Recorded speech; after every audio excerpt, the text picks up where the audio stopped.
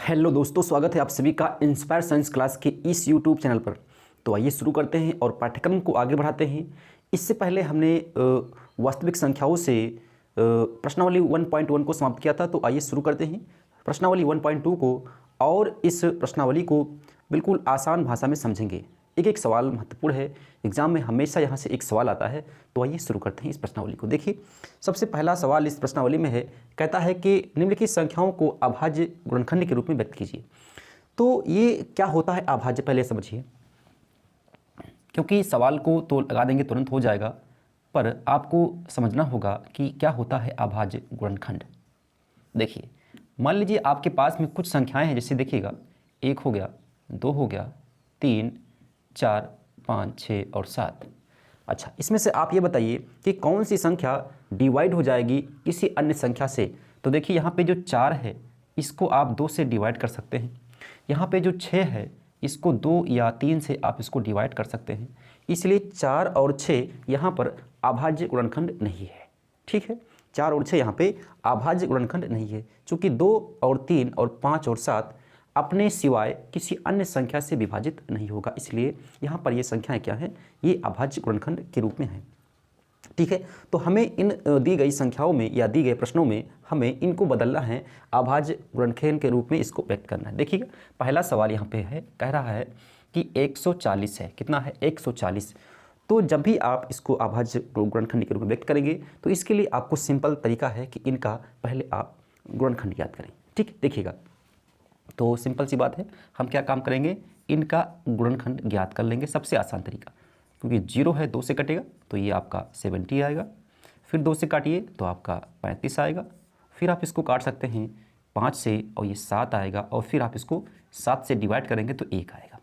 ठीक है, तो आप बिल्कुल यहाँ आप देख सकते हैं 140 के अभाज्य गुणनखंड कितने हो रहे हैं, 2 × 2, उसके बाद 5 और × 7 हो रहा है। ठीक है, या इसको ऐसे भी लिख सकते हैं 2 की घात 2 × 5 और × 7 कर सकते हैं। चूँकि 2 यहाँ पे 2 बार है, इसलिए 2 की पावर 2 लिखना यहाँ पे सही होगा।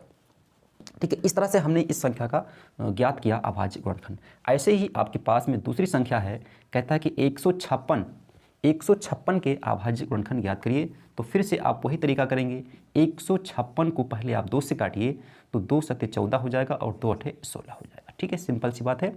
फिर भी ये 2 से कटेगा तो 2 तिहाई 6 और 2 में 18 हो जाएगा। ठीक है, अब इसको 3 से काटिए, 3 एकम 3 हो जाएगा और 3 त्रिका 9 हो जाएगा। फिर ये लास्टली 13 से कटेगा और 1 आएगा। और इस तरह से यहाँ पर भी आप देख सकते हैं कि संख्या 156 के अभाज्य गुणनखंड 2 हो रहा है, और फिर 1 2 हो रहा है, और फिर 3 और लास्टली 13 हो रहा है। या फिर इसको 2 की घात 2 × 3 × 13 भी लिख सकते हैं, सिंपल सी बात है। ठीक है, इस तरह से हम इसको लिख सकते हैं। देखिए, तो इसी तरह से हमें याद करना है। ऐसे ही यहाँ पे एक संख्या है, यहाँ पे एक संख्या है 3825 यह संख्या तीसरी है, और इसको भी अगर हमें बदलना है तो देखिए इसको भी बदल सकते हैं। देखिए कैसे, यहाँ पे आप लीजिए क्या 3825। सबसे पहले देखिए, या 2 से कटेगा क्या, 2 से नहीं कटेगा क्योंकि लास्ट में 5 है। 2 से वही संख्या कटती है जिसके लास्ट में 0 हो, या 2 4 6 8 हो। तो इसको आप किससे काटेंगे, आप इसको भाई 3 से भी नहीं कट सकता, इसको 5 से काटिए। चलिए 5 से काटेंगे तो 5 सत्ते 35, 5 सत्ते 35 हो जाएगा, तो 7 जाएगा, यहाँ से आपका 3 बचेगा, तो 5 छंग 30 हो जाएगा और 5 हम 25 हो जाएगा, 765 बचेगा। फिर आप 5 से इसको काट सकते हैं, 5 एकम 5 हो जाएगा, और 5 5 25 और 5 3 15 हो जाएगा।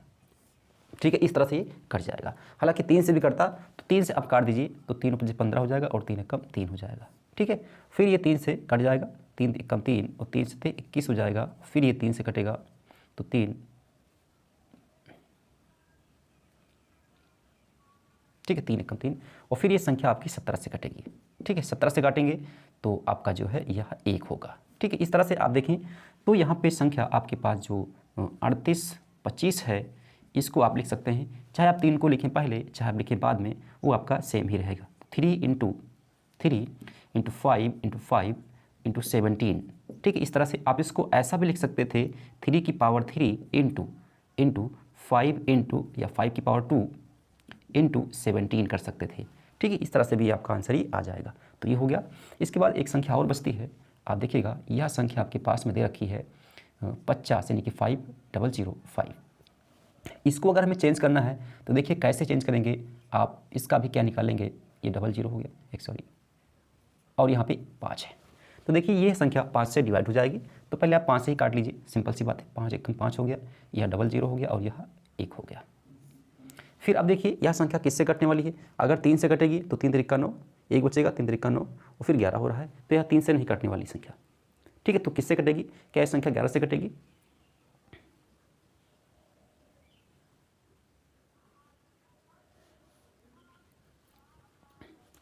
ठीक है, तो क्या यह संख्या 11 से कटेगी? हाँ बिल्कुल, यह संख्या 11 से भी कट सकती है। अगर संख्या 11 से कटे तो 13 से भी कट सकती है। तो देखिएगा हम इसको 7 से भी काट सकते हैं। देखिए 7 से काटेंगे तो 7 एकम 7 हो जाएगा, यहाँ पर 3 बचेगा, 7 चौका 28 हो जाएगा और 4 जाएगा और 7 त्रिक 21, 143 हो गया। अब इस संख्या को आप जो है 13 से भी काट सकते हैं। 13 से कैसे कटेगा, देखिएगा 13 एकम 13 हो जाएगा और फिर 13 कम 13 हो जाएगा। फिर इसको आप 11 से भी काट सकते हैं। इस तरह से ये संख्या, सॉरी 11 से काटेंगे तो 1 आएगा। देखिएगा यहाँ पर 14 है तो 13 कम 13 करेंगे, फिर 1 बचेगा, 13 कम 13, तो इस तरह से यह आपकी संख्या कट जाएगी। इसको आप ऐसा लिख सकते हैं, देखिएगा 5005 इक्वल टू, आप सबसे पहले लिख लीजिए छोटी संख्या, तो 5 है, 5 इंटू आप 7 कर लीजिए, इंटू 11 कर लीजिए, इंटू 13 कर लीजिए।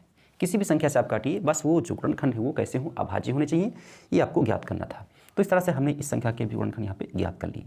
तो सिंपल सी बातें हैं। एक इसमें और बच रहा है, इसको भी देख लीजिए। देखिएगा आपके पास में ये है 5वां नंबर, कह रहा कि 74 और 29, इसका भी आप याद करिए। तो वैसे ही करेंगे, देखिए आपके पास में है 74 29। चलिए इस संख्या को देखिए 2 से कटना नहीं है, 3 से भी नहीं कटेगा, क्योंकि इन संख्याओं के योग का जो भी योग आ रहा है, योगफल, उसको 3 से डिवाइड नहीं कर सकते, तो ये 3 से नहीं कटेगा। तो देखिए यह संख्या कटेगी 17 से, और जो संख्या 17 से कट जाएगी वही संख्या 19 और 23 से भी कटती है। ठीक है, ये रूल्स हैं। तो 17 से काटिए, तो 17 से काटोगे, 17 चौक 68 होता है, 68 में से आप घटाओगे, यहाँ पर 68 घटाओगे तो यहाँ से बचेगा आपका कितना, 14 में से 8 गया, 7 बच जाएगा, सॉरी हाँ 8 सही है, और ये आपका जो है 8 हो जाएगा, और ये 2 हो जाएगा और 9। इसको आप ऐसे समझिए, यहाँ देखिएगा 74 हालांकि 19 से कट जाएगा और 29, आप इसको 17 से काटेंगे तो 17 चौक 68, यहाँ पे 14 में से 8 गया तो 6 बचेगा, सॉरी 6 बचेगा, और फिर यहाँ पे आप 2 लिखिए और फिर यहाँ पे आप जो है 62 हो जाएगा। तो 17 तेई कितना हो जाएगा, 17 त्या 321 और 3 एकम 3, तो 5 17 51 हो जाएगा। फिर 1 बचेगा और आप यहाँ पे क्या उतारेंगे, यहाँ पे आप 9 उतारेंगे, तो 17 7 119, तो यहाँ का आ जाएगा 400 कितना, 437। ठीक है, आप इसको फिर 19 से काट लीजिए, तो 19 दूना 38 होता है। अच्छा, ये आप इसको काटेंगे 19 से, तो 19 दूना 38 हो जाएगा, और फिर यहाँ आपका 5 बचेगा, तो 19 ત્યાં 57 हो जाएगा, तो यहाँ बचेगा कितना, 23, और फिर लास्टली आप इसको 23 से काट दीजिए तो 1 आ जाएगा। इस तरह से यह डिवाइड संख्या हो जाएगी। ठीक है, तो इस तरह से आप ये लिख सकते हैं कि 74 या 29 का जो अभाज्य गुणनखंड होगा 17 इंटू 19 इंटू 23 होगा। ठीक है, इस तरह से देखिए ये सभी आपके पास जो प्राप्त हुए हैं यही आपके आंसर्स होते हैं, यही आपके आंसर्स होते हैं। तो मुझे उम्मीद है कि यह टॉपिक, जो ये टॉपिक है अभाज्य गुणनखंड ज्ञात करने का, बिल्कुल आसान सा टॉपिक है। संख्याएं थोड़ा सा जटिल हो सकती है लेकिन तरीका बिल्कुल सेम ही रहेगा। ठीक है, तो आइए इसको नोट करिए, फिर हम अगले सवाल पे आते हैं। आइए देखते हैं सवाल नंबर 2 को, और इस सवाल नंबर 2 को ज़रा ध्यान समझिएगा क्योंकि यहाँ से सवाल आया हुआ है एग्जाम में। सवाल पढ़ते हैं, कह रहा है पूर्णांकों के निम्नलिखित युग्मों के HCF और LCM ज्ञात कीजिए तथा इसकी जांच कीजिए कि दो संख्याओं का गुणनफल HCF इंटू LCM है। ठीक है, तो ये देखिए यहाँ पे एक सूत्र लिखा हुआ है जिसमें लिखा है दोनों संख्याओं का गुणनफल बराबर HCF और LCM। यह एक सूत्र हुआ करता है, ये सूत्र हम उपयोग करेंगे अभी। सबसे पहले आप सवालों को देखिए। पहला सवाल है, कहता है 26 और 91 या 26 और 91। तो पहले सवाल को हम हल करते हैं, देखिएगा सॉल्यूशन करते हैं। पहला सवाल कहता है, पहला सवाल है 26, 26 और 91। देखिए ध्यान से देखिए सवाल को। अच्छा, हमें 26 और 91 के LCM और HCF तभी प्राप्त होंगे जब इनके हम क्या निकाल लें, जब इनके हम अभाज्य गुणनखंडों को ज्ञात कर लें। तो देखिए अगर हम 26 की बात करें तो 26 के अभाज्य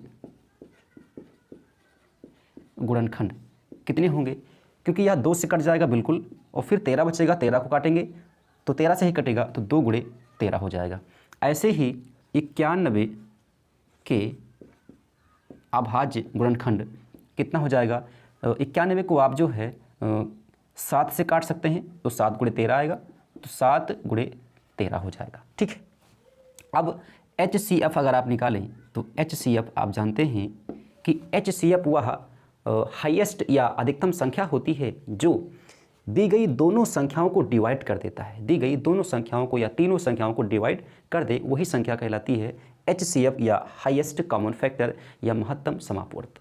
ठीक है, तो HCF कितना हो जाएगा, दोनों संख्याओं में वह संख्या या वह अभाज्य गुणनखंड जो दोनों में समान हो या दोनों में मैच करे, तो उसे हम क्या कह देते हैं, उसे हम HCF कह देते हैं। तो देखिए 13 यहाँ पर भी है और 13 यहाँ पर भी है, तो HCF कितना हो जाएगा, 13 हो जाएगा। अगर हम LCM की बात करें, LCM की बात करें तो हमें जो संख्याएं नहीं मैच कर रही हैं उनको तो लिखना ही है, साथ में जो मैच कर रहा है उनमें से कोई एक संख्या आपको नोट कर देना है। तो आप देखिए 7 दूनी कितना हो जाएगा, 14 और गुणे 13। ठीक है, 13 गुणे 14, तो आप 13 और 14 का गुणा कर लीजिए, देखिए कितना आएगा, 3 चौक 12 हो जाएगा, 3 एक कम 3 एक 4 हो जाएगा, और ये आपका 4 बचेगा, 1 बचेगा, तो यहाँ पर 2 और 8 और 1 हो जाएगा। या फिर यूँ कहें कि यह 182 होगा। कितना, 182 आंसर होगा। तो LCM आपको प्राप्त हुआ 182। ठीक है, अब अगर हमें ये प्रूव करना है कि ये लगाया गया सवाल सही है या गलत, तो देखिए दोनों संख्याओं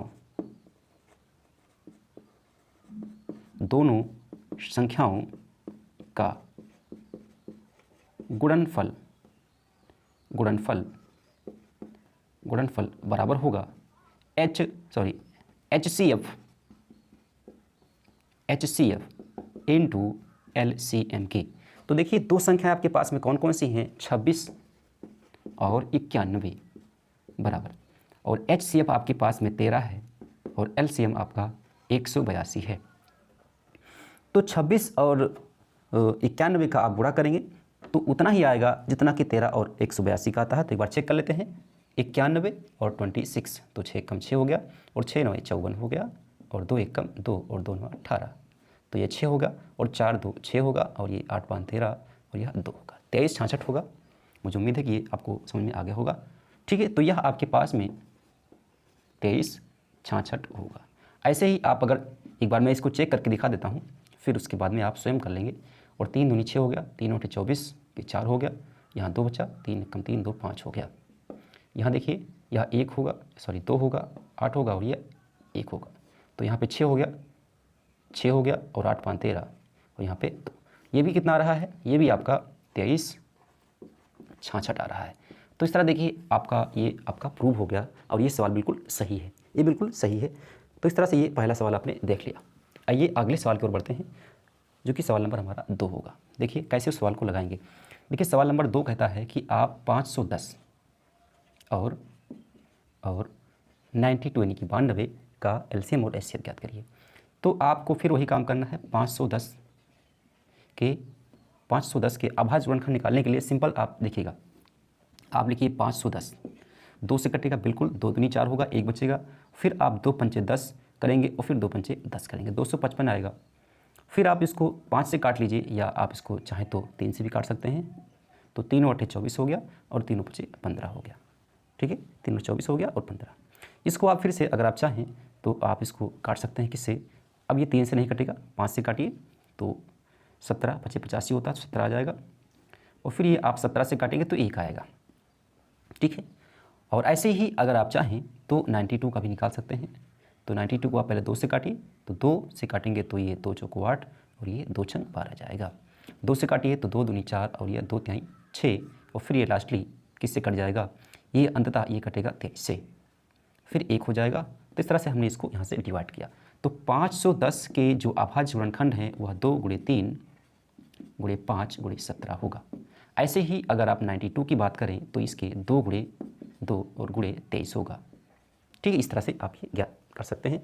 तो देखिए यहाँ पे 2 गुणे 3 गुणे 5 और 17 में 2 कॉमन है, मतलब 2 यहाँ पर भी है, 2 यहाँ पर भी है, तो अगर हम इसके HCF की बात कर लें, HCF की बात कर लें तो यह 2 होगा। इसके हम LCM की बात कर लें तो यह 2 गुणे 2 गुणे 3 गुणे 5 और गुणे 17 और गुणे कितना 23 होगा। ठीक, यह आपका हो जाएगा LCM। तो देखिए LCM को और अच्छे से लिखें तो 2 दूनी 4 3 12 5 60 हो जाएगा, और 60 गुणे 17 करेंगे, देखिएगा 60 गुणे 17 और गुणे कितना 23 हो जाएगा। ठीक है, तो आप गुणा कर लीजिए, यहाँ पर सिंपल हो जाएगा। 60 को आप 17 से करिए तो 17 तो ये हो जाएगा 0 और ये 6, 0 और 2 6 4 10 हो जाएगा, यानी कि 10 और 20 हो जाएगा, इतना हो गया। फिर इसको आप 23 से कर लीजिए तो 3 दूनी 0 हो जाएगा, 3 दूनी 6 0 और ये 3 हो जाएगा, और यह फिर आपका 0 4 0 2 हो जाएगा। 0 6 4 और यह 3 और यह 2। तो देखिए यह आपके पास में आ गया 23 4 और 60, मतलब 23 460 हो गया। तो LCM हमने ज्ञात कर लिया, यह आपका LCM है। तो LCM और HCF ज्ञात करने के बाद आप ये चेक करेंगे कि क्या दोनों संख्याओं का गुणनफल बराबर है। देखिएगा, चेक करेंगे सवाल को, दोनों संख्याओं का गुणनफल बराबर क्या आपका HCF इंटू LCM है। तो ये चेक करने के लिए आप जानते हैं पहली संख्या आपके पास में 510 है और दूसरी 92 है, बराबर आपके पास में LCM या सॉरी HCF कितना है, HCF 2 है और आपके पास में 23460 है, 23460 है। ठीक है, तो इन संख्याओं को गुणा करिए, बराबर होगा आपका 2, यहाँ पर 0 होगा, 6 12 2 चौको 8 और 1 9 और 2 तिहाई 6 और 2 दूनी 4। तो आप गुणा कर लीजिएगा, इन संख्याओं को गुणा भी कितना आएगा, यह भी आपका 46,920 आएगा। तो HCM और HCF और LCM का जो गुणा है वह दोनों संख्याओं के गुणनफल के बिल्कुल एग्जैक्टली होगा, एग्जैक्ट यानी कि बराबर होगा। चलिए नेक्स्ट सवाल देखते हैं, सवाल नंबर 3। सवाल नंबर 3 देखिए, कह रहा है कि 336 और 336 और 54, 336 और 54 के लिए अगर आप निकालना चाहें तो आपके पास में 336 होगा, 2 से पहले डिवाइड करेंगे तो ये 2 एकम 2 और 2 छंग 12 और फिर से आपका ये 2 छंग 12 आएगा। ठीक है, चेक कर लीजिए, 2 एकम 2 हो जाएगा, 1 बचेगा, 2 छंग 12 फिर 1 बचेगा, 1 सेकंड 2 16 हो जाएगा, सॉरी। इसको फिर से 2 से काटिए तो 2 8 16 हो जाएगा और ये 2 चौको 8 हो जाएगा। सिंपल है, बिल्कुल आसान है। 2 से काटेंगे 2 चौको 8 हो जाएगा, 2 दूनी 4, फिर 2 से डिवाइड करेंगे तो 2 दूनी 4, 2 एकम 2, 3 से काट देंगे तो 3 7 21 और फिर 7 से काटेंगे तो यह आपका 1 आ जाएगा। ठीक है, ऐसे ही आप 54 का भी निकाल लीजिए। 54 के लिए भी आप सेम प्रोसेस करेंगे तो 2 से कटेगा, 2 दूनी 4, 2 7 14, फिर ये 3 9 27, फिर आप इसको 3 से डिवाइड करेंगे तो 3 3 9, 3 एकम 3। ठीक, इस तरह से हमने इन संख्याओं का क्या निकाला, इन संख्याओं का हमने अभाज्य गुणनखंड ज्ञात कर लिया। तो देखिए यहाँ पर देखिए 336 का जो अभाज्य गुणनखंड है वो कितना है, देखिए 1 2 3 4, 4 बार 2 है तो आप 2 की घात कितना लिख सकते हैं, 4 लिख सकते हैं। ठीक है, ऐसे ही आपके पास में यहाँ पर 3 है तो 3 लिखिए, गुणे 7 है तो 7 लिखिए। ऐसे ही 54 के लिए आप लिख सकते हैं, कितनी बार 2 है, एक ही बार 2 है, 2 लिखेंगे। 3 आपका 3 बार है तो 3 की घात आप 3 करेंगे, कितना करेंगे, 3 करेंगे। ठीक है, अब अगर आपको HCF ज्ञात करना है, HCF ज्ञात करना है तो वो संख्या हमें कॉमन संख्या लेना होता है जो दोनों में हो। देखिए 2 यहाँ पर है तो सबसे निम्नतम घात संख्या अभाज्य गुणनखंड की सबसे निम्नतम घात को लिया जाता है जो कि कॉमन हो दोनों में। 2 यहाँ देखिए, यहाँ पर 2 की घात 4 है तो ये ले नहीं सकते, 2 की घात जो 1 है हम यानी कि सिर्फ 2 को लेंगे। ऐसे ही 3 की घात 3 यहाँ पे सिर्फ 3 है तो आप क्या लेंगे, आप 3 लेंगे और ये हमारा 3 दूनी 6 HCF हो जाएगा। ठीक है, अगर LCM निकालना हो, LCM अगर निकालना हो तो LCM के लिए देखिएगा 2 की घात 4 तो लिखेंगे ही, इनटू आप लिखेंगे, एक बार फिर से देखिएगा ये हो जाएगा, फिर आप सबसे बड़ी घात को लिखना है तो 3 का घात 3 हो जाएगा, इनटू 7 हो जाएगा। तो पहले आप 2 की घात 4 को देखिए, ये 4 बार लिखा हुआ है, देखिए 2 दूनी 4 दूनी 8 दूनी 16, कितना हो जाएगा, 16 हो जाएगा। तो ये आपका हो जाएगा 16 और 3 3 9 3 27 हो जाएगा, इनटू आपके पास में 7 हो जाएगा। तो 16 गुणे 27 गुणे 7 करेंगे, एक बार चेक कर लेते हैं। देखिएगा 16 को हम गुणे कितने करेंगे, 27 करेंगे, या 27 को 16 से कर लीजिए तो 6 7 42, 6 दूनी 12, 4 16 हो जाएगा और ये 7 और ये आपका 2 होगा। तो 2 7 6 13 और 3 और 3 1 4, 432 हो गया। ठीक है, 432 को एक बार फिर 7 से कर लीजिए गुणा, तो 432 को 7 से करेंगे तो 7 दूनी 14, 1 होगा, 7 21 22, 7 चौका 28, 28 तो 30 होगा। तो ये 30 24 आ रहा है, कितना आ रहा है 30 और 30 24 आ रहा है, 30 24 आपका यह LCM प्राप्त हो रहा है। कितना है LCM आपका 30 24 है। एक बार चेक कर लीजिए, कहीं मिस्टेक हो सकता है क्योंकि मैथमेटिक्स है। चलिए यह LCM हो गया। अब ये चेक करना है क्या ये दोनों संख्याओं गुणा क्या ये इसके बराबर है। तो देखिए दोनों संख्याओं का गुणनफल बराबर HCF बराबर है HCF इंटू LCM। ठीक है, तो दो संख्याएं कौन कौन सी है आपके पास में? आपके पास पहली संख्या कितनी है 336 है और दूसरी है 54। बराबर आपको दिखाना है क्या यह HCF के और LCM के गुणनफल के बराबर है। तो 6 गुणे कितना कर दें 30 24 कर दें। तो आप पहले इस गुणा करिए, तो 6 चौको कितना हो जाएगा, 6 चौको 24 होता है तो 4 लिखेंगे और ये 6 दूनी 12 और 2 14। ठीक है, यहाँ पर आपका 1 बचेगा और 6 3 18। तो यह देखिए 18 और 4 तो 44 हुआ और ये भी आप गुणा करोगे तो मुझे उम्मीद है ये 18 144 ही आएगा। ठीक है, 144 ही आएगा और इस तरह से यह दोनों संख्याओं का गुणनफल बराबर होगा, इनके HCF और LCM के गुणनफल के बराबर एग्जैक्टली होगा। ठीक है, इस तरह से ये मुझे उम्मीद है कि ये बिल्कुल आपको समझ में आया होगा। आइए प्रश्न नंबर 3 को हल करते हैं और ये प्रश्न नंबर 3 कहता है कि अभाज्य गुणनखंड विधि के द्वारा निम्नलिखित पूर्णांकों के HCF और LCM ज्ञात कीजिए। चलिए सवाल को लगाते हैं, बहुत ही अच्छा सवाल है और यहाँ पर आपको एक बहुत ही महत्वपूर्ण चीज़ आपको बताएंगे। तो देखिए पहले सवाल को यहाँ पर देखते हैं। पहला सवाल कहता है क्वेश्चन नंबर पहला, इसमें जो इसका करेंगे सॉल्यूशन। देखिए चलिए पहला सवाल कहता है कि आपके पास 12 है, 15 है और 21 है, 21 है। तो देखिए पहले तो हम यहाँ पर अभाज्य गुणनखंड ज्ञात करेंगे। 12 के अभाज्य गुणनखंड कितने होंगे तो आप जानते हैं 2 होगा। 2 से आप 3 में गुणा कर सकते हैं और 3 में आप फिर से आप इसमें 2 से गुणा कर सकते हैं, या यूँ कहें कि आप 2 गुणे इसको आप 3 लिख सकते हैं। 2 दूनी 4 3 12 हो जाएगा, सिंपल है। चलिए ऐसे ही अगर आप 15 का देखें तो 15 को आप 3 गुणे 5 लिख सकते हैं और कोई तरीका इसका नहीं है। ऐसे ही आप 21 की बात कर लें तो इसको आप लिख सकते हैं कितना, 21 को आप लिख सकते हैं 3 गुणे 7, 3 गुणे 7 लिख सकते हैं। ठीक है, इस तरह से ये हो जाएगा, या इसको ऐसे ही लिख सकते हैं। देखिए लेकिन अब हमें ज्ञात करना है इसका HCF। तो देखिए HCF और LCM दोनों हमें ज्ञात करना है, तो LCM भी हम यहाँ पे नोट कर लेते हैं। देखिए HCF कितना होगा, वही होगा जो तीनों संख्याओं में जो मैच करेगा इसका जो अभाज्य गुणनखंड। तो देखिए यहाँ पर भी 3 है, यहाँ पर भी 3 है, यहाँ पर भी 3 है। अगर हम 2 की बात कर लें तो 2 सिर्फ 12 में आ रहा है और 5 सिर्फ 15 में आ रहा है और 7 सिर्फ 21 में आ रहा है। तो 3 हमारे पास एक कॉमन संख्या है, तो 3 हमारा वह अधिकतम संख्या होगा जो कि सभी संख्याओं को काट सकता है।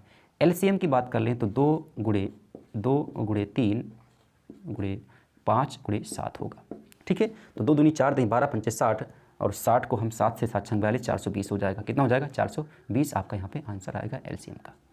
ऐसे ही सवाल नंबर 2 को देखिए, 17 23 और आपके पास में है 29। कितना है 29 है।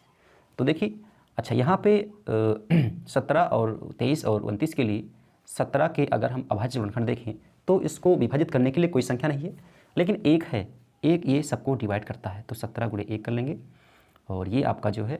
इसके बाद 23 है, तो 23 भी किसी से डिवाइड नहीं होता, तो 1 से हमेशा होगा, तो 1 गुणे कितना हो जाएगा 23।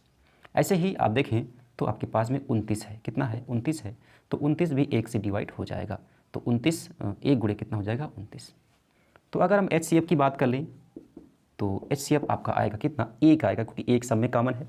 अच्छा ध्यान रखिएगा, जो भी कॉन्जिक्यूटिव नंबर्स होते हैं या को प्राइम नंबर्स होते हैं उनका जो HCF होता है हमेशा 1 होता है। जैसे आपके पास संख्या जैसे 1 हो गया, 2 हो गया, 3 हो गया, 4 5 6 7 या अनंत तक जो भी संख्याएं हैं, अगर हम 2 कॉन्जिक्यूटिव नंबर्स का HCF निकालें तो हमेशा 1 ही आएगा, या इन दोनों का निकालें तो 1 आएगा, या इन दोनों का निकालें तो 1 ही आएगा। ये ध्यान रखना है, कॉन्जिक्यूटिव नंबर्स के जो HCF हैं उनका हमेशा मासा 1 आता है, HCF हमेशा 1 आता है, या फिर वो सभी क्या हों, वो सभी अभाज्य संख्याएं हों तो भी उनका मासा 1 आता है। अब हम यहाँ पे LCM की बात कर लें तो LCM की बात कर लें तो LCM में आप जानते हैं यहाँ पे 17 होगा, 23 गुणे 29 होगा। ठीक है, तो आप देखिए इन तीनों संख्याओं को गुणा करेंगे तो आपका यहाँ पे LCM आपको प्राप्त हो जाएगा। तो ये संख्या आप स्वयं गुणा कर सकते हैं। आगे बढ़ते हैं। तीसरा देखिएगा, आपके पास में 8 है, 9 है और आपके पास 25 है। कितना है? 25। ये आप गुणा कर लीजिएगा, आसान है। चलिए 8 के लिए आप लिख सकते हैं 2 गुणे 2 कर सकते हैं। ऐसे ही 9 के लिए आप कर सकते हैं 3 गुणे 3 और 25 के लिए आप कर सकते हैं 5 गुणे 5। ठीक है, तो देखिए यहाँ पर अगर हम HCF की बात करें, HCF की बात करें तो देखिए यहाँ पर आप 1 से गुणा कर सकते हैं, यहाँ पर भी 1 से और यहाँ पर भी 1 से। क्यों? क्योंकि सब में 1 हो सकता है, क्योंकि 1 से गुणा करने पर कोई विशेष अंतर नहीं आता। तो सब में क्योंकि यहाँ पे कोई ऐसी संख्या नहीं है जो कोई ऐसा अभाज्य गुणनखंड नहीं है जो 8, 9 और 12, 25 के अभाज्य गुणनखंडों में मैच करता हो, इसलिए 1 है वो अभीष्ट गुणनखंड। तो मासा इसका 1 हो गया। और LCM की बात कर लें, LCM की बात करें तो 2 दूनी 4 दूनी 8 ये हो जाएगा, इंटू 3 त्रिका 9 ये हो जाएगा और यह आपका 25 हो जाएगा। ठीक है, तो 9 × 72 गुणे 25, 25 से इसको आप गुणा करेंगे, 25 दूना 50 के 0 हो गया और 25 6 का 150, 25 7 175, इसको गुणा कर लीजिए, आपका आंसर यहाँ पे आ जाएगा। ठीक है, यह आपका हो जाएगा और ये आपका हो जाएगा, आपका LCM हो जाएगा। तो इस तरह से ये बिल्कुल आसान है। ये बहुत ही आसान सवाल होते हैं, इनको लगाने के लिए ज़्यादा आपको दिमाग लगाने की ज़रूरत नहीं है। बस ये ध्यान रखना कि जब भी संख्याओं में कोई भी संख्या मैच ना करे तो हमेशा HCF 1 होता है, जिससे को प्राइम नंबर सहभाज्य संख्याओं का ये जो है आप ध्यान रखेंगे। ठीक है, तो नोट करिए। आते हैं अगले सवाल पे। देखिए एक बहुत ही मोस्ट इंपॉर्टेंट सवाल इस प्रश्नावली का है और यही सवाल आपको कई सारे सवालों को लगाने में मदद करेगा। तो देखिए इस सवाल को समझते हैं। बहुत ही अच्छा सवाल है और काफ़ी बार एग्जाम में आता है, इस टाइप के सवाल आते हैं। कह रहा कि HCF है, दो संख्याओं का HCF 306 और 657, दो संख्याएं हैं, इनका HCF 9 है और फिर आप याद करिए इनका LCM। ऐसे सवालों के लिए आप पहले एक संबंध देखिए, हालांकि इससे पहले भी देख चुके हैं।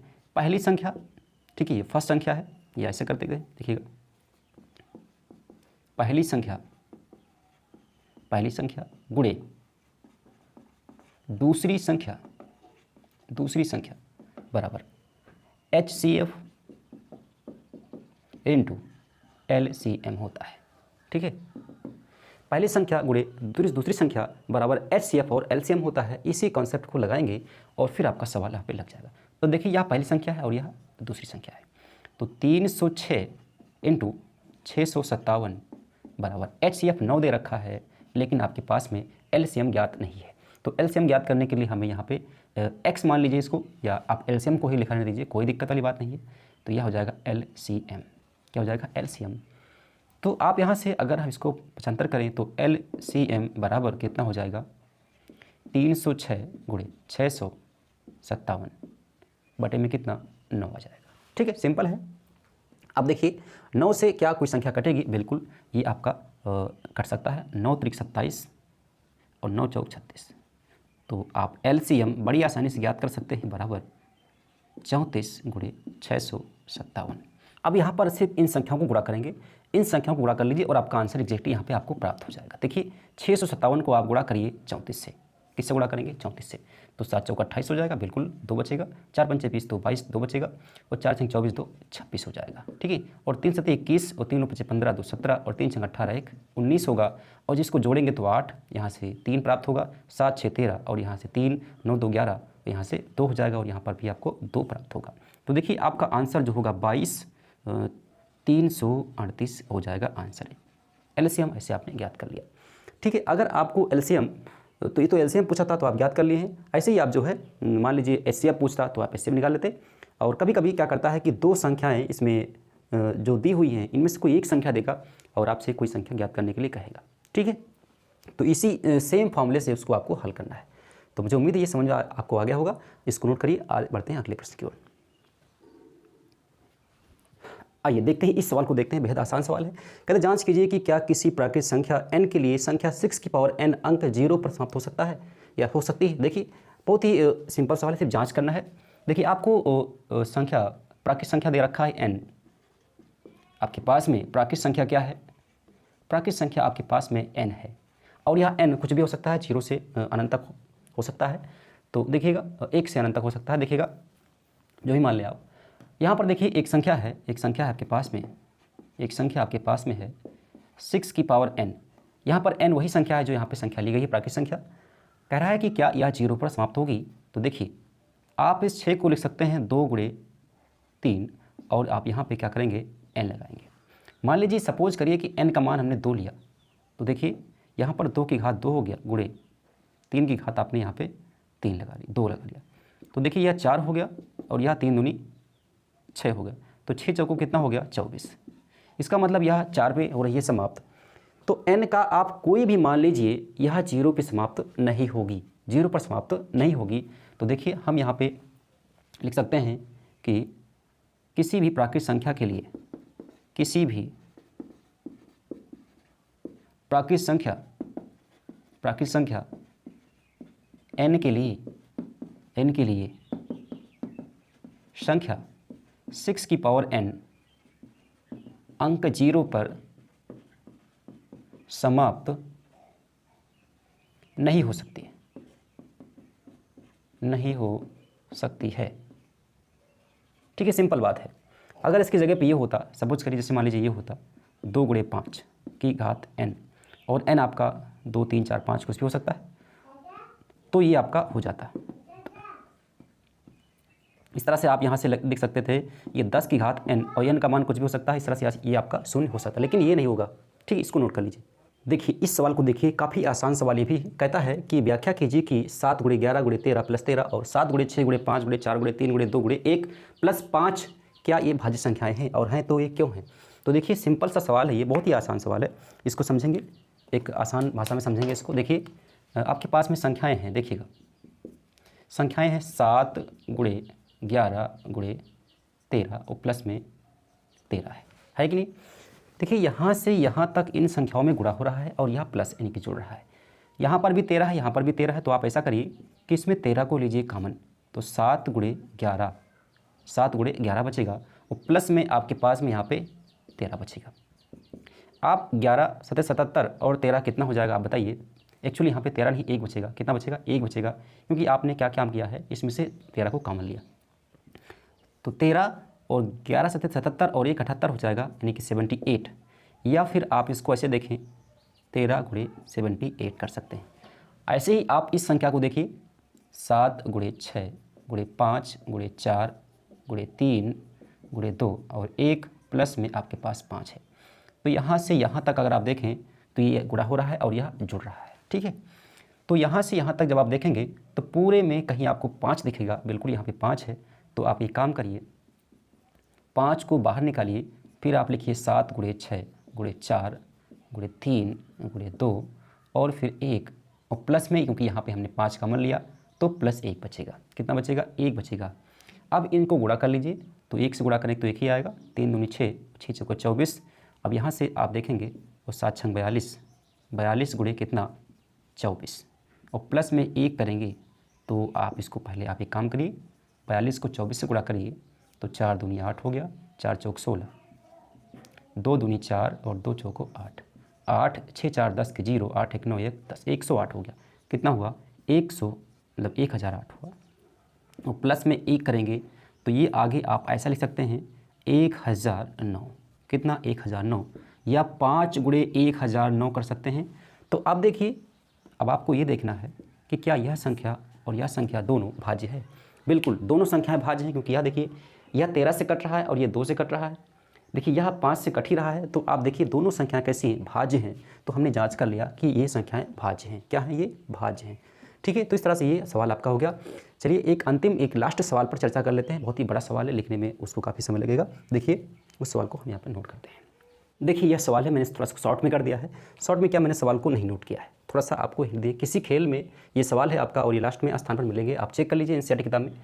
तो सवाल में कहा गया कि सोनिया, एक वृत्ताकार ऐसे पथ है, एक वृत्ताकार पथ है, एक बाग है, इसके चारों तरफ एक पाथ बना हुआ है जो कि वृत्ताकार है।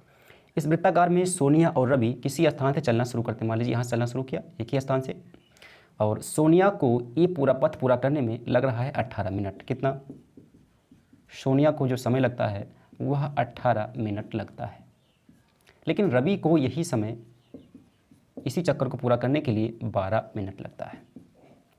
सवाल में पूछा गया था कि कब या किस टाइम पर दोनों सोनिया और रवि एक दूसरे को मतलब एक दूसरे के साथ होंगे या मिलेंगे। तो वो मिलने का समय, वो मिलने का जो समय है वो समय आपको ज्ञात करना है। तो देखिए, चूँकि यहाँ से चलना शुरू किया सोनिया ने और पूरा समय इनको 18 लगा मिनट इनको यहाँ तक वापस पहुँचने में। रवि इसी पथ को 12 मिनट में पूरा करता है। जाहिर सी बात है कि रवि जब भी इसको पूरा करेगा तो ये पहले पहुँचेगा सोनिया से, तो 12 मिनट से ज़्यादा ही होगा क्या, वह मिलने का समय। यानी कि जो भी हमारा आंसर आएगा वह 12 से अधिक ही होगा, क्योंकि 12 मिनट में तो वो मुलाकात हो नहीं पाएगी। ठीक है, क्योंकि इसका समय कितना है 18 मिनट। इसका मतलब जो भी आंसर है इन 12 और 18 से अधिक होगा। तो देखिए हमें इन संख्याओं का निकालना होगा लासा। देखिएगा संख्याओं, इनको आप संख्या मानकर चलिए। संख्याओं 18 व 12 का LCM ज्ञात कर लेंगे। तो LCM ज्ञात करेंगे 18 और 12 का, तो 18 और 12 देखिएगा 2 9 18, 2 छंग 12, 2 से काटेंगे ये 9 हो जाएगा और यह 3, और फिर आप इसको 3 से काटिए तो 3 आएगा, 1 आएगा, और फिर लास्टली इसको 3 से काटेंगे तो 1 आ जाएगा। इस तरह से आप देखें तो यह LCM 2 गुणे 2 गुणे 3 गुणे 3 होगा। 2 दूनी 4 3 12 3 36, यह 36 मिनट आपका आंसर आएगा। 36 मिनट आपका आंसर यह हो जाएगा। तो देखिए इस तरह से हमने इस सवाल को सॉल्व किया और यह प्रश्नावली 1.2 को हमने यहाँ पे फिनिश कर लिया, समाप्त कर लिया। ठीक है, तो यहाँ तक देखे रहिए, मिलते हैं नेक्स्ट क्लास में और वो प्रश्नावली 1.3 को लेंगे। तो यहाँ तक देखे रहिए, इसके बाद मिलते हैं नेक्स्ट क्लास में। ठीक है, धन्यवाद।